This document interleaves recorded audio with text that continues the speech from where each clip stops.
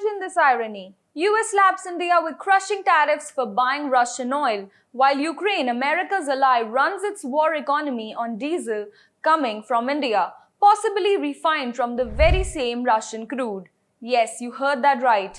In July 2025, India became Ukraine's largest supplier of diesel fuel, even as US President Donald Trump's White House declared an economic war on New Delhi. Let us break it down here on how we got here, why this matters, and what it means for the global geopolitics. According to Ukrainian oil analysts from NaftoRynok in July 2025, India supplied 15.5% of Ukraine's diesel imports, about 2,700 tons every single day. That's more than 83,000 tons in just 1 month. A year ago, India's share was barely 2%. Now it's over 10% for the first 7 months of this year. That makes India Ukraine's #1 supplier ahead of Slovakia, Greece, Turkey, and Lithuania.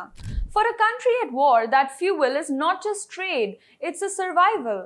Most of the shipments reach Ukraine through Romania's Danube ports and through the OPET terminal in Turkey. Tankers unload there and the fuel moves onward into Ukraine. Analysts say some of this diesel may actually come from Russian origin crude, refined in India. If true, it means Ukrainian tanks could be running on oil that started in Russia, passed through Indian refineries, and then shipped via Europe.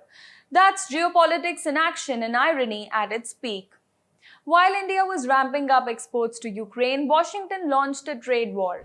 In early August, Donald Trump doubled tariffs on Indian goods to 50%, accusing New Delhi of funding Putin's war by buying Russian crude. A few weeks later, another 25% levy was slapped on. Treasury Secretary Scott Bessent called India recalcitrant, while Trump's advisor Peter Navarro even labeled the Ukraine war as Modi's war. India has dismissed the charges as unfair and absurd, vowing to defend its economy. And here's the contradiction. Washington is punishing India while Ukraine, which depends heavily on Western aid, is literally running on Indian diesel. The backlash was swift. The American Jewish Committee criticized Trump's stance, calling it unfair, and reminding Washington that India is fellow democracy and a crucial partner. In India, ministers and business leaders also pushed back, with Commerce Minister Piyush Goyal calling the tariffs unilateral and Maruti Suzuki's chairman urging resistance to the US. Here's the big picture. Russia supplies nearly 10% of the world's oil. If India stopped buying under US pressure, global prices could soar to $200 a barrel.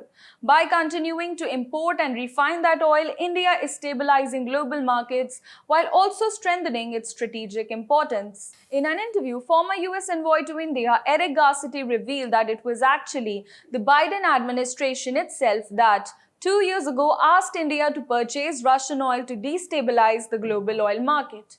So the takeaway here is simple.